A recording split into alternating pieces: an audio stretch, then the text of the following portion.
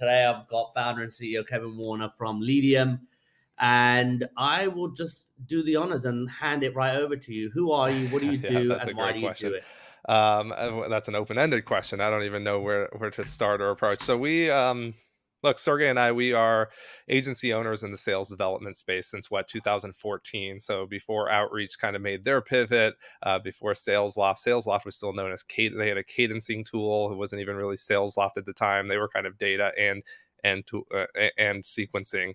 And that's when we started our first agency, which has become Mhm. known as Science today. We exited Science in 2016 to start Leadium just because we didn't see the scalable side of the business, which I think is where, yeah. Wow, I Sergey and never I were knew two of that. 5 founders for Science. 4 of us went and started Leadium. Now there's 2 of us that exist.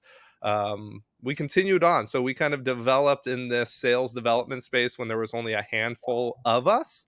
Obviously, a few of our employees from the Yeah. Science days went on to start Belkins in 2019. So the people we managed and hired actually became the ownership team at Belkins. And we've kind of continued in just kind of craving out a space in the sector known as Leadium. We do things a bit differently. Sales development's a tough industry. Appointment setting's a tough industry, whether you're an SDR or a revenue leader. Everyone needs more and more and quicker. It's a hard world we Yeah. live in because sometimes it's not programmatic as much as people want to say it. It's not predictable as much as people say it. You can't do single channel as much as people say that that's possible. It's become more expensive, more risk.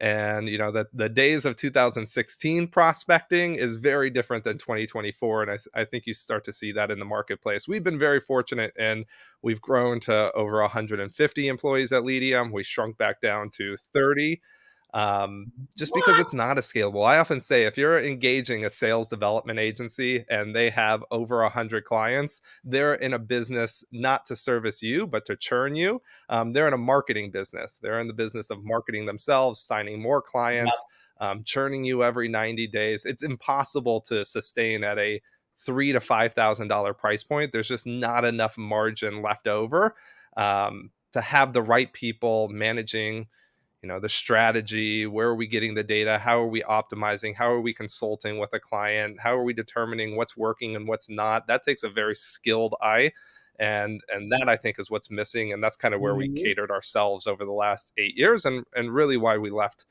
Science in 2016. So that's kind of the space we played in almost over 10 years now of just prospecting, outbound email, outbound phone, outbound LinkedIn. Most young SDRs go on and become an AE, and then they become an enterprise AE. Sergey and I are stuck in this, Mhm. world where every morning is the same morning for 10 years, and we love it and we don't at the same time, but it's the world we built for ourselves. Fuck me. I had. This is why I loved it. Honestly, I'm very. I was this close to being like, should I Yeah, watch no, I some get it. Netflix? And I was like, all right, no. I've said, Kevin, this is actually the first time I've spoken to you, Yeah. like on actually ever. And honestly, this is crazy to even hear this. So, why did you become a I CEO? think we became CEO by accident. I mean, that's really how it became. Obviously, we weren't managing things when we were at Science. We were more on the operator side. We kind of were birthed into this Mhm. BPO space, which is the business of outsourcing sales to an agency. You are a BPO. We are in the business of providing people and to execute on your programs, and that's kind of the space we've kind of learned and developed. What we saw was how can we do it a little bit different, or not how can we do it a little bit different, but where are the failures in the agency world as you start to grow and scale, and where maybe do we want to just put ourselves in and position ourselves in from what we're comfortable. So that's why we left our first company. That's essentially what started me on a path to CEO and managing people. Obviously tough lessons along a decade, a lot of money spent in trying to grow and trying to scale. At the end of the day, what you have to Mhm. think is we work for our clients, which is very different than a software company. Clients put especially when you're on a Yep. direct revenue path, meaning they're coming to you for revenue, for appointments. Maybe we've had clients who are, hey, if this doesn't work in 2 months, we're out of business. So that puts a lot of responsibility on your shoulders. That's why Sergey and Yeah, it I, does. we're owner operators, so we know every one of our clients. We're on every weekly call. We're managing the campaigns. I'm personally writing email sequences. I'm personally meeting with the SDRs. We don't have an operations team. So I think when we became these kind of CEO and COO starting our company, it was, what's the company we want or we would want to run? Um, Hmm. it's a hard, you know, position to be put in because you want more. I want a bigger house or bigger cars. It's Yep. easy to run a business. Yep. What becomes difficult is weighing your growth versus your deliverables versus what you want versus obstacles that you run into during that excursion, and you kind of have tough days where you want to become a multimillionaire, but then you say, hey, that just might not be us. That's not our go-to. That's not what we're here to service in the market, and kind of pulling back and just staying true to the product you serve, which becomes kind of the key driver on a day basis. Mate, you've hit the nail on the head, and I think I had a big. I was very transparent with my team when I ran the agency. I was very transparent with my team, and I don't know if it was my accountant's fault or just a mismatch on numbers, but we were running Yeah. a 52% net profit margin on all of our campaigns, and the revenue was quite good. But at the end of the month, and as we are starting in the first 2 years, we kept running into that red line, right? That red zone of money where you're like Yeah. scraping by zero, just, just scraping zero until the next round of payments come in. And then we started to figure out how, all right, instead of paying salary once a month on the same day, we mentioned when our clients were Yeah. paying, and then we do it after that. But at what point did you figure out I have to change the way this agency model works because I'm not generating enough net profit in my campaigns to sustain this Yeah, business? I think it's a double. So there's multiple answers in there, and one is just how do you position yourselves as an agency. So the first agency we were involved in and owned, obviously we weren't the managing partner, we didn't have any certain say, but we saw what became a churn and burn, what that really looked like, pulling all the money out, doing a Yep. disservice to the client, but continuing to bill them another month so that you can get that capital to float you to the following month. That's a tough part for any agency. Number one, when we started Leadium, Yep. we didn't take salaries for a year. We went unpaid for an entire year. And we said, hey, we have to have enough in the war chest that it could sustain us for a year of no clients, no revenue earned, nothing, which we have. We have to this day. There's enough money, floating where the agency's not hit. Um, that's one. It's just understanding, is that me or you? It's got to be you. I shut down everything. You guys Yeah, can't that hear is it just maybe, but it's my freaking there's a wife. WhatsApp call ringing on the screen. One second. It is. It's my freaking ex-wife. I Um, told you she's crazy. Let me tell her to stop. Really, But carry on, carry on. the next phase of that when we started Leadium was, I remember we walked into a 500 startups when they were doing, come in to be a part of like the winter class of 500 startups and all of this. And we were like, oh yeah, we have a tech company, which we really don't. We have an agency, which is a completely different world. And I came from tech, so I only knew this high growth, funding, Mm. accelerators, investment, and that was kind of what you thought you could bring to an agency, but it's really not. And I remember Yep. the interview was very quick. It was here in Las Vegas, where I'm based, and the guy from 500 Startups just simply said, "You're uninvestable, because here's a single question I'll ask you: if I brought you 100 customers tomorrow, how do you service them?" Right? How do you service? Because we want growth. As an investor, you want growth. As a company, you want growth. But as an agency where you're so people driven, if I bring you 100 clients tomorrow and a $4,000 contract for them all, tons of, like, you're an agent, you used to be an agency owner. That's like the dream. You realize very quickly, Of I course. I can take on four of them. Well, why would I want to invest in a company that can only bring on four clients? When can you bring on another, like 96? Maybe never at one time. And that was the realization very quickly, like, hey, this is a different beast. We're not in a mass growth, we are in a stable growth. And by really realizing that, we realized, okay, this is a long game. This is not a short game. This is a sustainability. Every dollar that's brought in, we have to have a corresponding, Mhm. dollar out.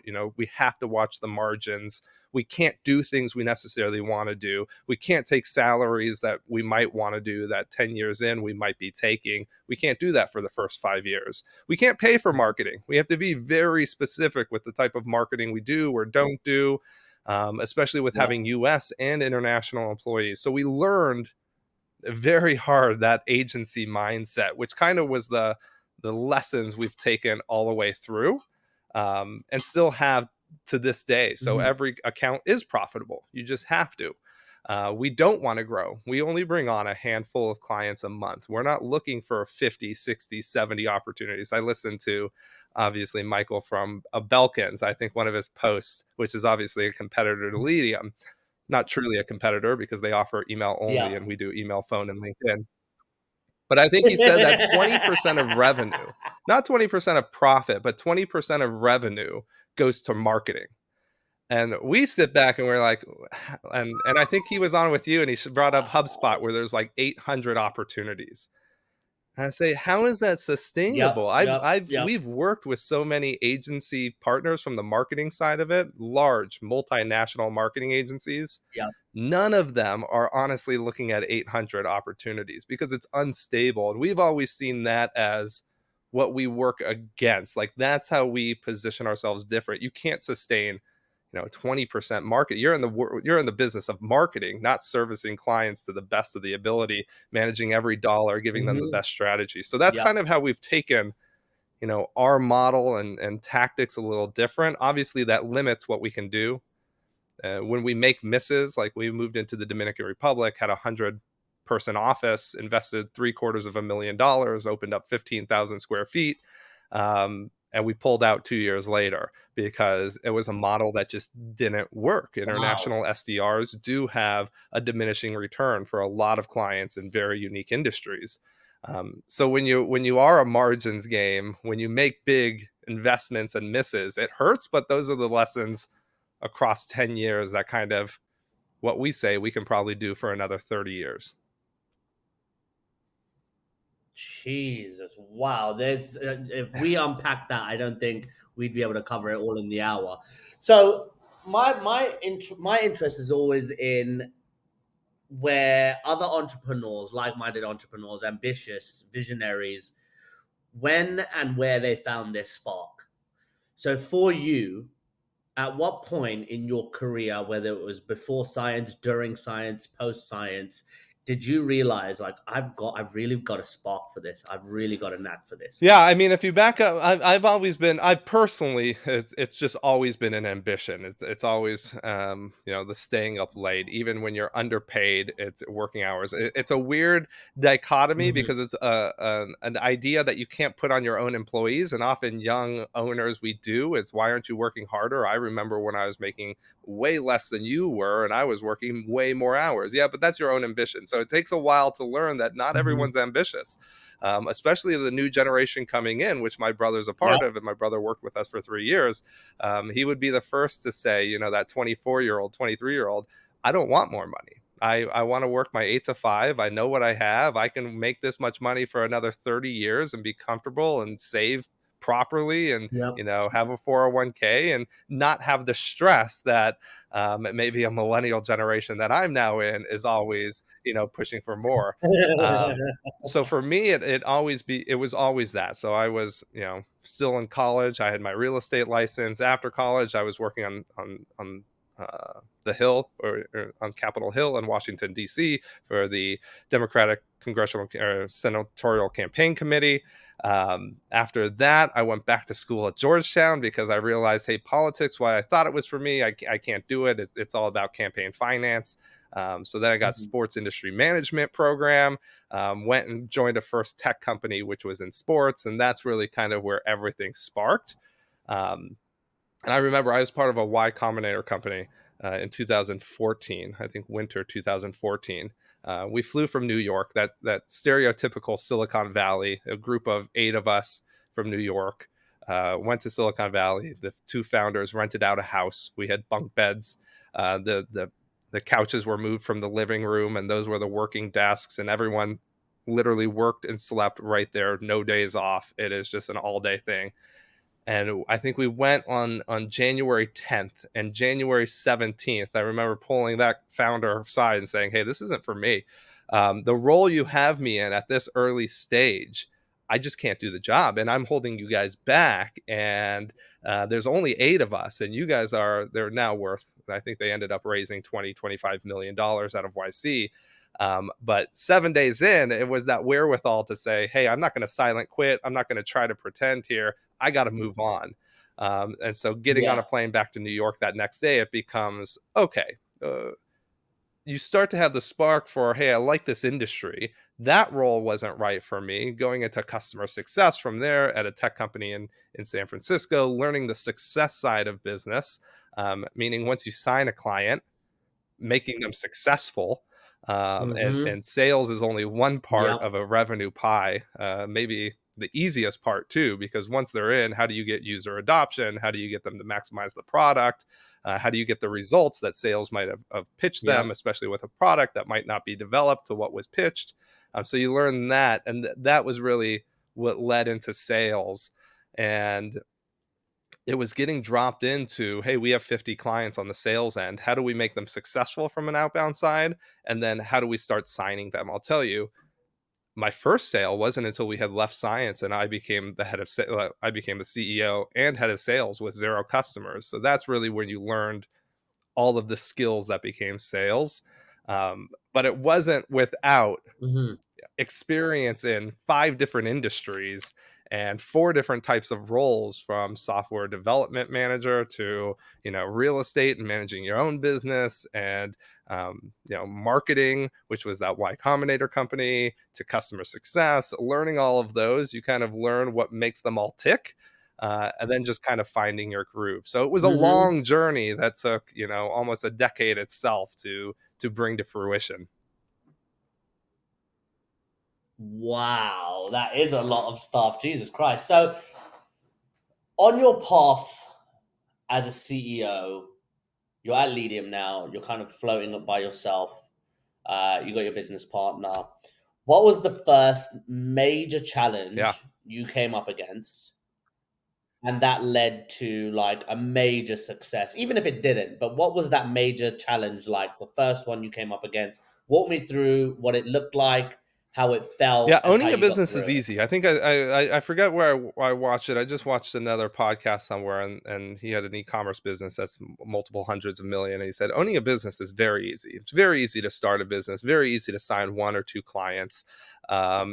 Becomes more difficult to Hmm. own a growing business because your problems change. When we first started Science, there was 4 of us, so there was 4 co-founders who created it. We all thought, hey, this was going to be a fun journey. Maybe we had a little bit of naivety to the youngness of us. Within 6 months, 2 of us were gone. And that 2 of us was gone was not an easy, separating from a founder of a business and managing the relationship side of it, which was there, which might not be there once you say, you move on. Managing the ownership side of it Hmm. and what happens, owner managing the legal side and what can you say, what can't you say, are calls recorded now, not recorded, how do we approach it? And I think that first, I mean, from being able to do that so quickly within the first few months and realizing, hey, we're building something bigger. Our vision is bigger. Are we all aligned from what it's going to take, where we're going, the direction we're going, the path we're going, how we want to get there, who we want to be, that ethos kind of. Um, Learning that so quickly made it very real that, hey, this is a business. And relationship side, money as everything aside, we're all employees. Leadium is not an LLC. It's a true corporation, which was the first step back from us. Even if I'm Hmm. the CEO, even if someone's COO, whatever, we Yeah. are employees. Even though we're here with a relationship, if I don't do my job, Yeah. I'm out. If somebody else doesn't do their job, even though you quote unquote founded this company, you're out. We're all employees. That doesn't mean Yeah. you can't hold equity or you can't do this or that, but that doesn't mean you're necessarily working here. I think that was the Yeah. biggest first lesson that we've went through. Fortunately, 10 years later, Sergey, who's just a very close friend, and we're very lucky that from a founder basis, as we got past that first 6 months, we're essentially one and the same person, with complete trust. And obviously, 10 years in, Yeah, doing the same role for 10 years, it requires that. that is powerful. So how did you manage conflict along your journey? Yeah, What worked for you you? have to call upon people who might have been through this journey before. So fortunately for me, because I had such a strange upbringing and career post multiple, industries, you tend to find people who also want to coach you. I think that requires, I was very fortunate because when we backed up, I always put in the extra effort. I was always in the office till midnight. There was no questions. If it was go somewhere, I was there. If it was jump, how high. It was that type of mindset because I saw it Hmm. as I'm just starting my career and I just want to learn as fast as possible. So if I can work 20 hours, fantastic. I think people who have been in your shoes before you then find that and are willing to become coaches and mentors. That's probably one of the biggest, learnings that you can get, because as soon as you have a mentor and somebody who's willing to take a phone call without charging you a billable hour, you know that the advice is what's best. Yeah, Maybe not what's best financially, or but they're willing to tell you hard truths as well. So through conflict, you have to be yeah, able to consult someone, and depending on who the conflict yeah. is with or what it's about, obviously, you have to have someone outside of the org as well, who's kind of a third party. That's what's got us, you know pretty much through every obstacle we've been through, if you can imagine. Would you say you had more conflicts with your business partner or members of the team? So, with business partner, unfortunately, with Sergey, we've never had a conflict, not one to this date. We're very much like-minded. We share the same vision. We have the same understanding of what we want the agency to provide us, which is a living, right? We don't want to become multimillionaires. We want a living for the next 30 years. We have families now. We didn't have families when we started this company at 25 years old. We often look back now to, Oh, wow. like, the obviously, with a lot of the automation and Clay coming up and a lot of automation there, and emails so easy to send, so you have a lot of young SDRs who became agency owners, quote unquote, because signing that first handful of clients. Ignorance is bliss, we often think. It's very easy to sign the first few clients. It's much harder to sign the next 500, and manage, how much you want to grow, not grow. There's some hard lessons in there. So very little conflict with Sergey and I, because we've always shared the same. And we also know where you can rely on each other, which is an important co-founder like factor. Is he knows what not to cross and what I'm just going to take direction or lead on, and vice versa with him.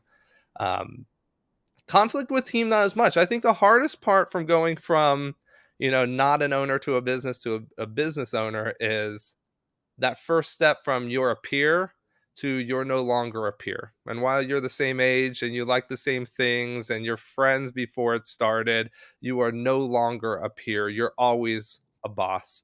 The interaction will always be Yeah. different. They'll never tell you the truth. They'll tell you what you want to hear. I That's the know. hardest part. I don't like And I get that. why it's hard, because at the end of the day, obviously, we've had tons of employees through our history, and we've fired a lot of employees, and a lot of Yep. employees have quit. That's the makeup of an agency. Obviously, agencies are hard because once you Yep. get the experience, you don't want to be, underpaid and overworked necessarily at an agency. You want to go join, Tesla or a visionary company, or one that kind of matches more Mhm. with your wants and needs and lifestyles, or companies that want to impact the world with, etc. We know that. And moving into Mhm. multiple countries and downsizing large teams, it's hard. It's hard. And not that there's conflict, but obviously, as an owner of a business, you're always weighing, well, what's best for the business, and how do we make sure we're here in 5 years or in 10 years. And obviously, that employee relationship or team relationship is tough. So, question for you. When you, I'm sure a lot of people want to know this too, but for those that are planning to bootstrap their own agency or company, I always look at it as an agency is like the perfect stepping stone into becoming a business owner. Now, when you make the decision to not pay, like I couldn't Mm. do this, I had no other means to live, to pay for things. But when you make the decision to become a business owner and not take a salary, but you have Yep. commitments such as rent or bills, or maybe a car, how do you kind of explain that? Because you don't take salary. Does that mean you don't take any money at all?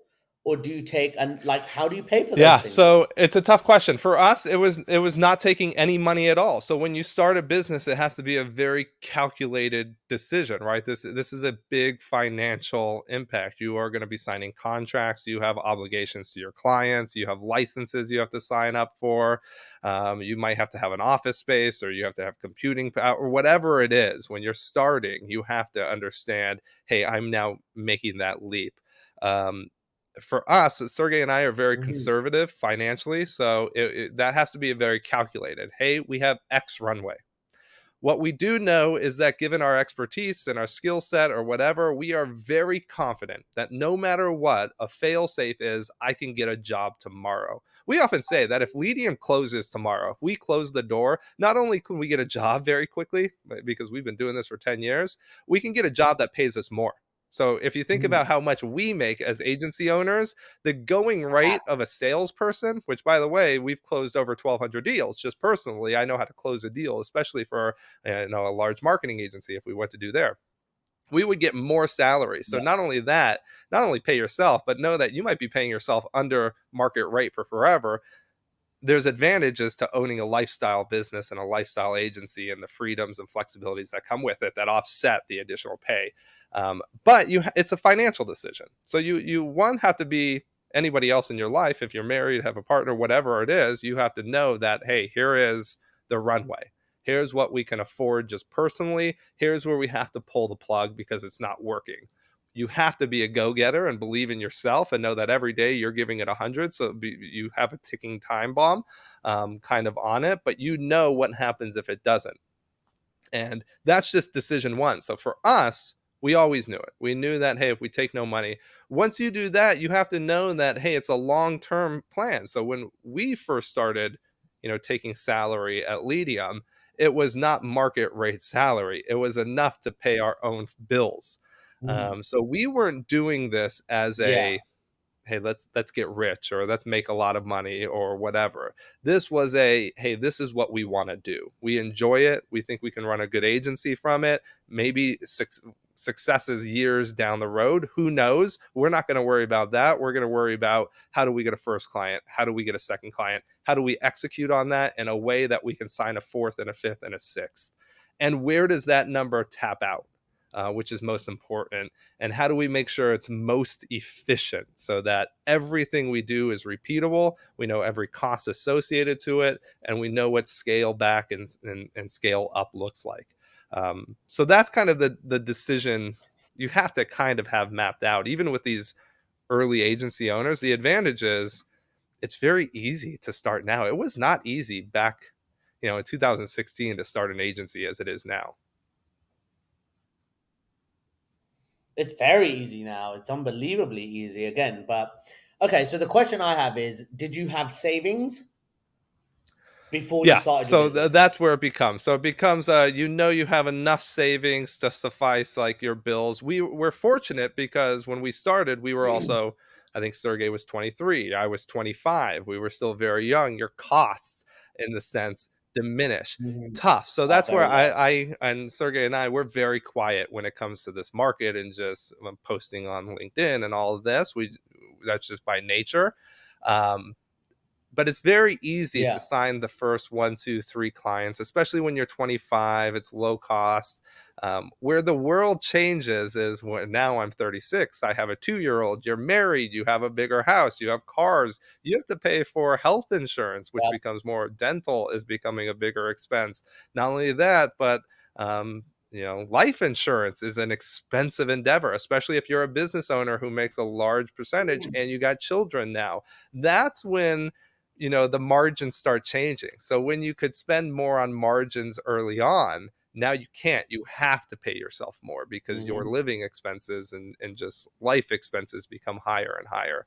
And that's where you really Yep. start to determine, okay, what's the goal from the business, and what's the long term, short term, is when you start to change in that life. You can no longer work till 2 a.m., not because you don't want to, but it's just not efficient for your body. You have to shut down.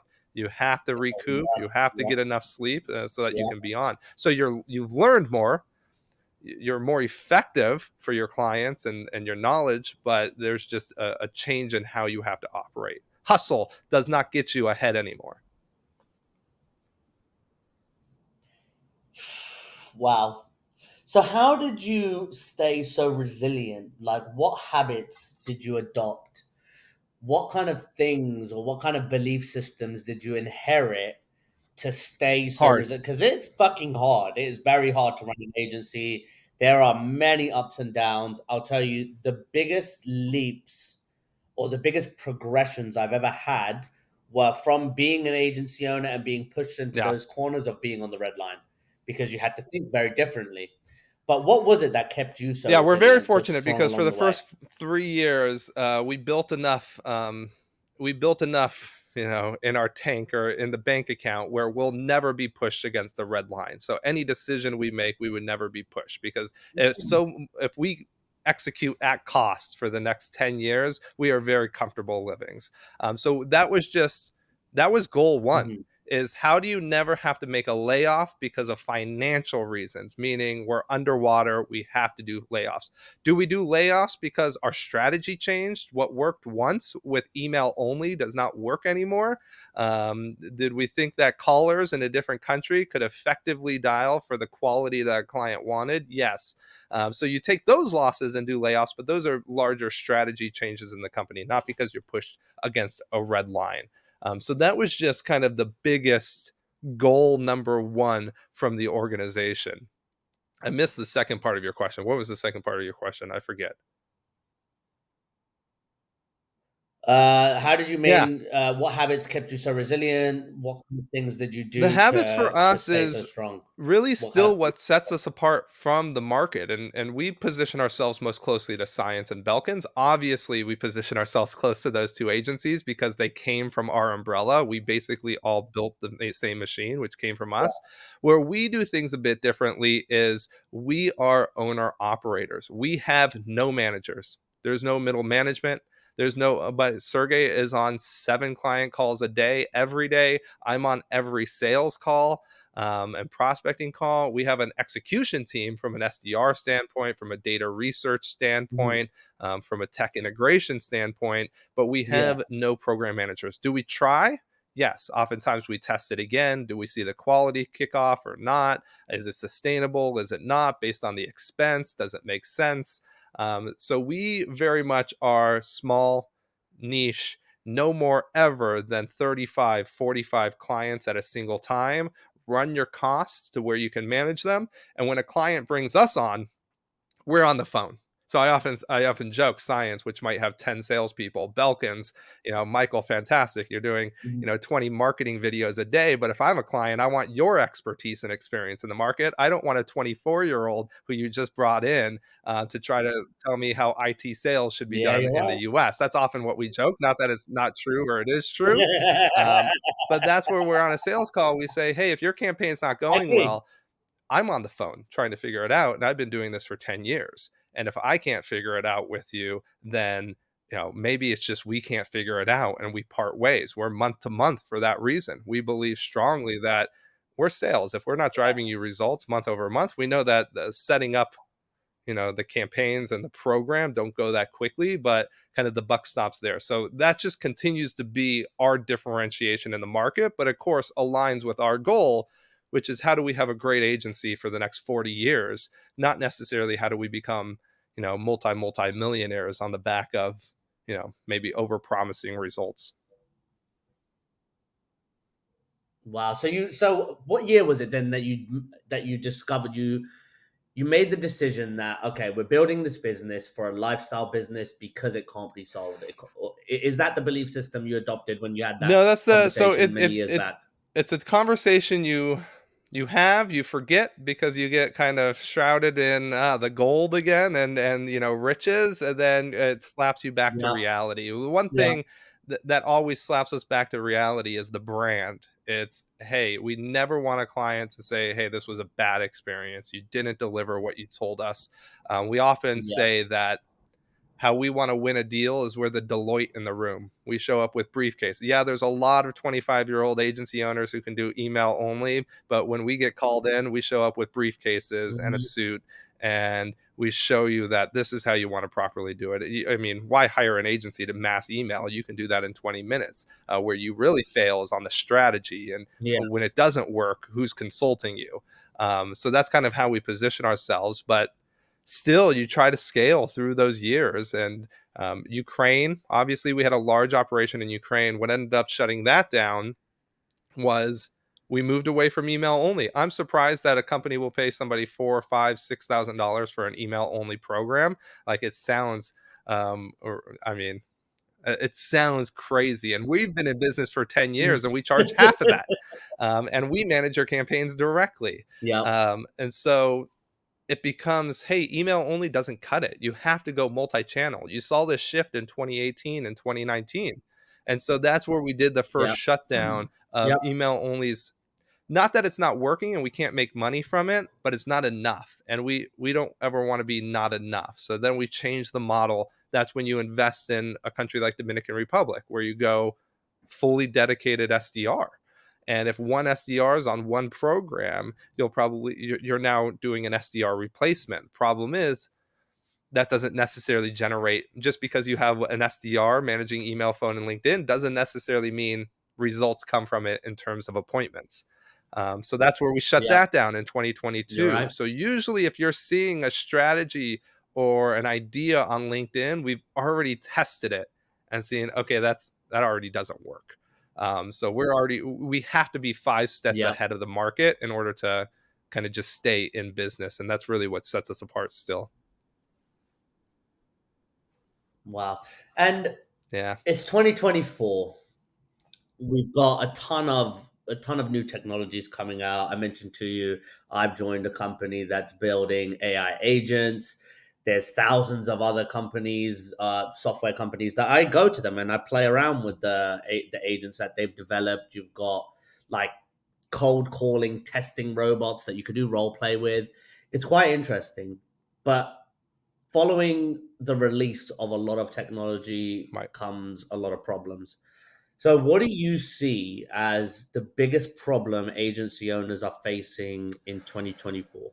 That's a good question. So I think that the problems exist and they've been the same for 10 years, right?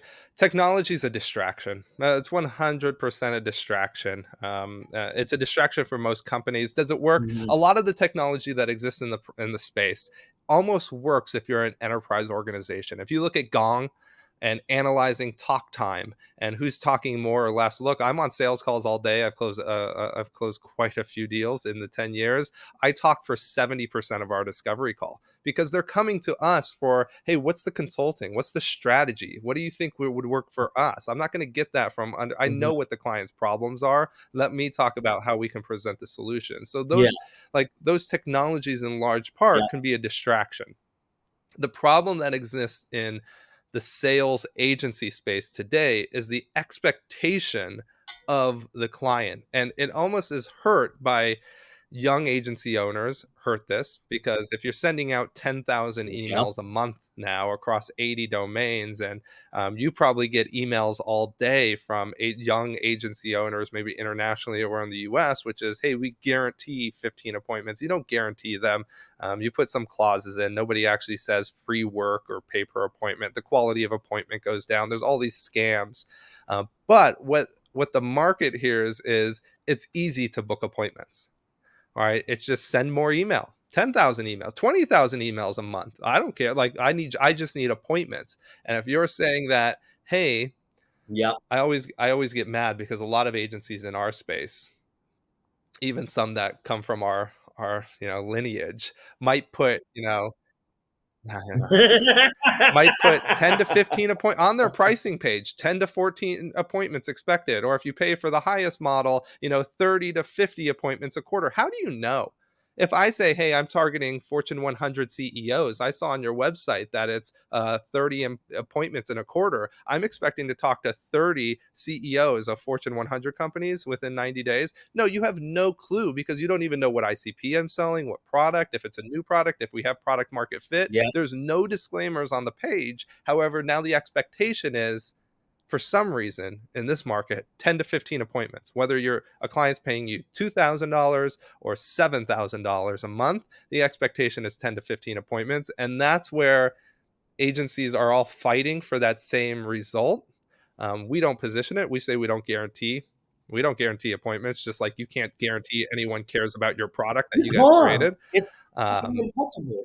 but that's the Yeah, biggest problem that's still on, you know, those in daily appointments. A client's looking at results daily or weekly, which isn't how outbound works. You can look at activity daily, but not results. Think about right yeah, now. We're recording this at the end of March, but this year in the US, spring break and Easter, which seems to be very early this year, all will line up at the same. So out of offices have skyrocketed. Of course, your quotas are going to dial back. We have yeah, Friday and Monday as a holiday. Plus, you've had spring break for the last 2 weeks. So yeah, people took extended vacations. If you were expecting a stagnant amount of appointments in March, it's unrealistic because for 2 weeks, the pipelines have dropped. But the expectation on the yeah. market is still what's hurting the market. And I'll tell you, it's been the same for 10 years, which causes, and I'll end it with this, it causes agencies to sell the dream. And because we're in the revenue game, companies are so fighting over revenue today that they'll buy the dream. And now I can show case studies and reviews. Well, just because you've had clients doesn't mean you didn't churn them out. But you sold the dream. The clients need the Mhm. dream because they need Mhm. revenue today. That's why they're coming to us instead of hiring internally, which might be a 6, 9 month lead time. And that's still the largest problem Yep. 10 years later. And it's not changing anytime soon. I remember I had one client that we actually took him on board. Again, it was one of those desperation causes or desperation plays, and that I'll tell you after the call who it was, but they were in a place where we were on the Mm, same Sandler training course. I reached out to them, said, "Look, I understand your space. We've just done 15 months." And 15 months in the construction space. We ended up working with them. But before the call, before we like finalized everything, we told them the price. And they said, no, you are in an industry where you have a shitty reputation and we were just burned by the previous company we worked with. So you have to take the price at this. yeah. And I I wanted to say no so bad, but I couldn't. Yeah. I literally couldn't. It was one of those plays. And again, it was a situation where they were a client from hell. And 3 months in, I was just like, yo, fuck that guy. I don't want to work with him. Tell him to fuck off. And it was like, it was that bad. It was that bad. So I completely get it. Now, apart from the problems, which we could go on for days, who are you looking at in the market as like a power player in the software industry in Yeah. SaaS?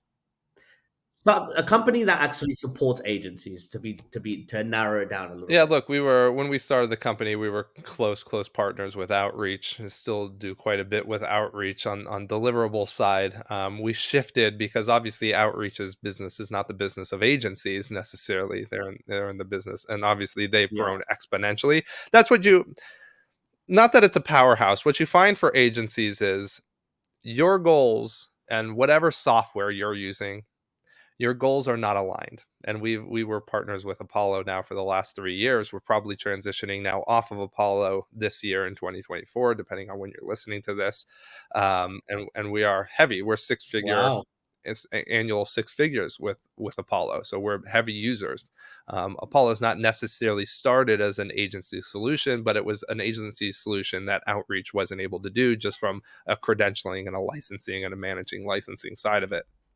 But the one thing you'll learn as you're growing is no matter what software you're partnered with, no matter what founder you know, no matter what stage or what value proposition they're kind of saying, your goals and their goals are not aligned. You're in the goal, and what I mean by that is software companies, their revenue game, their 10x multiplier, their everything, their valuation, which is very different than an agency's valuation and your growth trajectory, etc., is all based off of that revenue and how many licenses are renewing and how many are upselling. That all determines how much money they can be acquired for. And if you have a tech company, your goal is, you know, acquisition or IPO.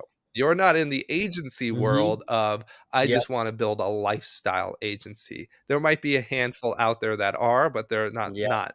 Do they market corners and understand that, hey, if we prioritize software for an agency, we can pick up a large market that maybe the big guys aren't servicing right now? Yes. However, I've Mhm. been doing this long enough that at some Yep. point that tune changes because they outgrew the agency. And even if you spend six figures with them, that's nothing compared to what they can get on the back end with, valuations and different structure. You're a small niche player in a large, big pool. So that's the biggest kind of realization we had. And so we changed software. We test it new. Apollo will shift off of, Outreach we shift off of. We're constantly testing. Obviously, we're big part. We use Nooks now for our outbound calling, so we're in with them. Obviously, we know everything from Smart Lead to the next company. Deliverability is kind of the most. Is how is that Mhm. being protected? From an email side. Mhm. Obviously, for us, the problem becomes integrating. How do we integrate workflows for a company that might not, build it for an agency? Smart Lead's great for email, as an example. Their deliverability is fantastic, but it does not integrate with Nooks. Who integrates with Nooks? Apollo Outreach and SalesLoft. Their deliverability might be worse, but you can optimize your calling activity and your follow-up sequencing activity from a dial to email side. So as an agency, you're kind of, man, what do I do? Do I build the most optimized path that reduces the amount of human involvement, or do I go to, a different path that might not be best, but it has a higher, conversion rate, or on email or on a single channel? And then how do you integrate LinkedIn, which is a whole nother complex subject that we won't even get on. So there's a lot of players in the space. There's a lot of new guys. Obviously, Clay is fantastic if you know how to use it. But I'll tell you, like, Mhm. there's two markets. There's the agency world we deal in, and then there's clients. The clients that we sign, like, they're not playing with Clay, right? They're not going to get involved with Clay. Clay's complex. Don't look at like these posts. Like, Eric's fantastic, but I'll tell you that's more complex than 99% of the clients I sign would ever be able to actually play and integrate. So what it makes Eric great is he's kind of building that content for his competitors, which is agencies, who are the number one people doing it. That's why you don't Mhm. hear Sergey and I do a lot, because we Mhm. know, hey, if you're my competitor, you're my competitor. Figure it out on your own. I'm not gonna create content for you. Um, but I love what Eric's doing because I still learn from him. Yep. Yep. No, I will say. I will say. I've just recently tried playing around with clay, and yeah, the power of it is absolutely incredible. So, how do you think AI Yeah, is? yeah. This is typically the last part of the conversation we get into, top of the hour. But how do you think AI? Everybody wants to know, is impacting our industry today. Yeah, we're not too involved. I'll tell you where AI helps. It's just purely on the data research side. Like, it's not helping. I still don't believe in it writing content. It's not good. And don't pigeonhole everything. So it's good in some industries. If you have a TAM that, look, a lot of these Yeah. agencies that are starting up claim like we'll send 10,000 emails a month. I'll tell you right now, a lot of the clients we sign don't have 2,000 clients. So how you're going to send 10,000. So there's very different agencies who are building strategies for different markets. And we are more on that traditional, you would hire an SDR, you would come to us. We have the strategies. We're not just going to do bulk outbound and hope it works.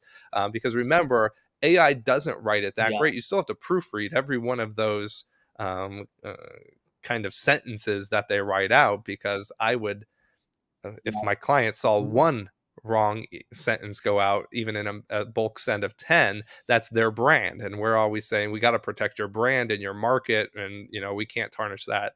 So it's very hard to get them to write content. It's very hard to get it to write sentences based off customization.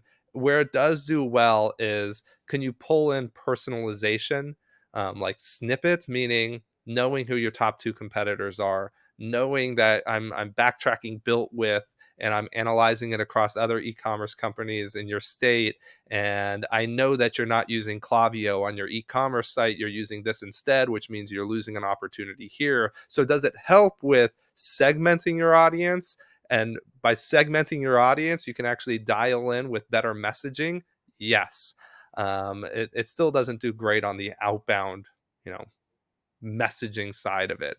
It's still very research Mhm. driven, which is why I think Clay is fantastic. That's where it kind of fits in, best. I think that is the most powerful use case where I've seen it. Like just the ability to pull, you've got X amount of columns, and now they have this just where they enrich data piece. You push email AI, and you're able to like extract certain columns to put an email together. And then he just did the Yeah. score, like how you actually do lead scoring within Clay, which again, to understand it, like the only thing I can ever keep in my mind is when I'm trying to learn or watch a video is like, I Yeah. think you got to hire But a clay like a make no dedicated clay mistake, it's manager expensive, for right? this. So we have a ChatGPT 4 API, and we It is ran not one cheap. API on go to this website, decipher this, this, and this, and the next thing you know, if you don't monitor that by the minute, your ChatGPT expense was $400 for 150 rows or whatever, because obviously they're charging you based on the difficulty, and if you have multiple, calls for an Yeah, individual row, obviously best practice. Eric, great at this, is monitor what you're doing, don't use auto updates, don't do all this, but that takes a trained eye. But here's the back end, and here's why agencies keep charging more and more, is it is expensive, not only the knowledge base to build those, but then the API calls to execute them. Clay provides them to you at a lower cost than if you were to credential it from each of the companies directly. But unmonitored or without the right formulas or requests being made, those expenses go into the hundreds of dollars, and that's without you even knowing if you're going to get an appointment from it. So on top of all the software costs, you're now research costing for that. So it's a crazy world we live in when it comes to outbound and what you need to know, but then analyzing what's the ROI, what's the cost, how can an agency survive at X cost, while a client would still say, I don't care, I just want an appointment. You don't even know if the customization, I always allude this, as good as the customization is, who cares, right? I've never found it where if there's no need and the timing's not right, it doesn't matter what you put in that email. Stop yeah. making your call to actions like, "Can I send you a video?" That's not an interested response, okay? Like, you getting permission to send a follow-up response email is not an interested response. And at the end of the day, if there's no need and the timing's not there, it doesn't matter what you do, it's not gonna convert. I agree. So in 1 year from now, two questions on here. One's going to be about the industry, and then the next one will be about you. In 1 year from now, what do you think is going to be the next big thing in AI that we as agency owners will That's a see? great question. I have no clue. I honestly have no clue. Um, That's the toughest one. I don't know. Honestly, AI is advancing so quickly. The research side, there's so many, what can you do? What can't you do? I don't think it's going to go into calling. Call like we call all day. That's still so human. You can have a high paid caller, and they still can't have a good enough conversation with someone on the phone saying, "Where the heck did you get my phone number, or why are you calling me?" Let alone have AI with a small delay be able to do it. Um, I think hopefully where it becomes, which will be better from an agency owner, is measuring the effectiveness of that entire, camp. program in terms of is it working or not, because that's still so consultative from an agency owner to a client to tell you what is working, what's not, but how to show tangible. Here's all of the engagement activity across multiple industry segments. Here's why results are what they are, and here's the changes we should start to make. I think AI is going to start to get there and be able to process. And I don't just mean email, because email outreach has been doing that since 2018. I'm talking about integrating the phone call, the Mhm. conversations. So being able to analyze the transcripts from the conversations, marrying it to your LinkedIn program, and being able to bring that whole kind of gap together on hopefully just a better go to market approach and which industry segment. And are you better off calling Shane, or are you better off emailing him? Because we haven't even brought up the idea that not everybody convert equally on each channel. Big validation piece. Another thing, I didn't even know anything about validation until last year. So I'll tell you a quick example of one company that I came across. I don't know if you know Roland Fraser. He owns a company called.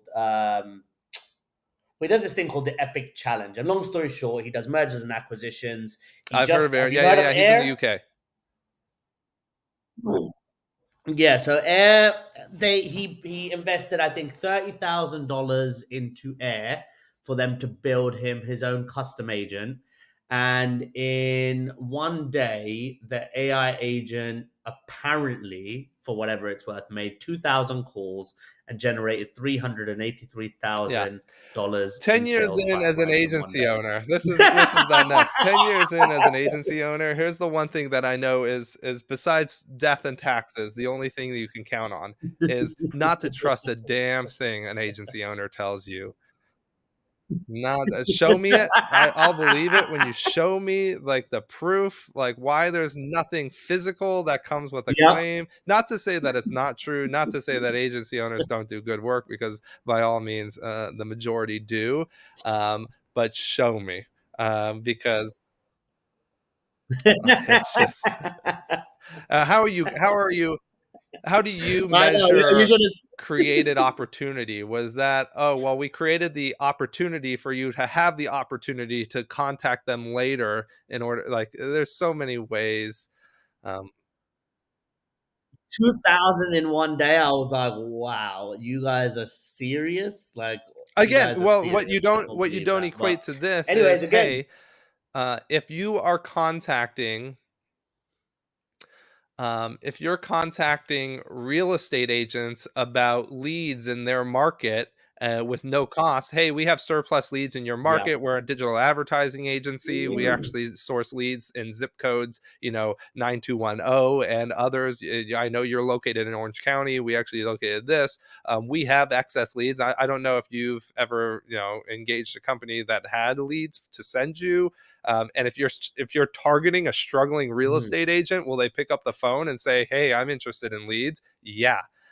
Is that an outsourced IT consulting agency who does like cloud off-prem, development? No. So what you don't learn from a lot of claims is, well, what was the ICP? Because I that's the think that's a one where very it's like that important thing shady to part of the factor in. industry. A lot of these claims, even with a lot of young agency owners who are doing the large send outs, it's and I post this sometimes on Eric's, because I feel like it's the one thing that's been missed for the last 10 years. It's, hey, we've said all these claims about how much pipeline, open rates, etc. I have not seen one thing about what's the ICP. Because what happens is, what the larger market sees is, hey, why aren't you Yeah. generating that? Well, that's because that was not your market. You have a very different market. You're an EMEA company that has zero customers in the US, Mhm. but you're trying to grow a market in the US. You have no clue what your go to market messaging is, and there's no like, and you're targeting CIOs. Like, this is going to be an uphill battle from the start. But there's no context layered in, and that's why I say I don't trust anything anybody says. What were the what was like what yeah what were the like again what was the I remember what was the qualification criteria is very important too, because we had one of our first clients. It was our most profitable best client we had until it became the worst client. As we were learning, they ran a predominantly inbound focused company, and then come coronavirus, they needed to go outbound, and I knew how to go outbound. I just said, I'm going to start a business doing it. Do you want to take it? Do you want to take a shot? They said yes. We got to a point where we were on our third contract, and they said, I don't get why when you guys have the first call, you can't find out a Oh yeah. strategic and a tactical need. I said, you want us Yeah. to cold call these people from scratch and ask them what they want to do today and what they want to do in 12 And how months? much they're Are willing to you spend. fucking for real? And oh my God, why can't they just tell us it's budget? It's budget. They should know the budget. Oh my God. Like, and that was when it came to the point of just like, you know what? Right. I'm done. I was just like, And I now am imagine a done. 20, and this is So the problem agency owners have. And at some point, every agency owner, as you look to grow and grow, and now you have to replace yourself, is how is a 24-year-old going to consult, 25-year-old, a 26-year-old who's only worked at one or two never. businesses going to consult that client on expectations, their industry, etc. And that becomes the pain point of scale. Isn't necessarily from finding somebody to do the work or how to send the emails. It's consulting with the Mhm. client. And if you don't have that consulting with the client when things go wrong, I often say in outbound, the only thing that matters is Yep. strategy. It's easy to get an SDR. It is. I've hired so many SDRs. So many agencies hire SDRs. There's so many tech companies who Yep. hire SDRs. It is easy to hire an SDR. The hard part is, what's your strategy? What Mhm. happens when it's not working? Why is it not working? And that's the hardest thing to train for, because you just have to have the expertise and experience in that market segment. You're absolutely right, mate. So we are at the top of the hour. It's 8:19 for me over here in the UK. You're in Las Vegas, so I think you're probably It 8 hours is behind. What time is it for 120. you? Is it 12? Yeah. All right, so you're 7 hours behind. So it's 1:20 for you. In 10 years from today, at this exact day and time, you're in the future of sales studio right now. You're at probably the peak of your career, and 10 years in. 10 years from now, how different is your life? What are you doing at this Yeah, time I in mean, the 10 sad years? reality for Sergey and I is we purposely, again, this is where we fit into the value proposition. This is why we might win the amount of deals we can against competitors. This is why we don't care about marketing. We let our competitors do marketing. We just hope we get picked up in the discovery process. Is probably the same thing. This is a company that's, you know, we know our size. We know we're not growing.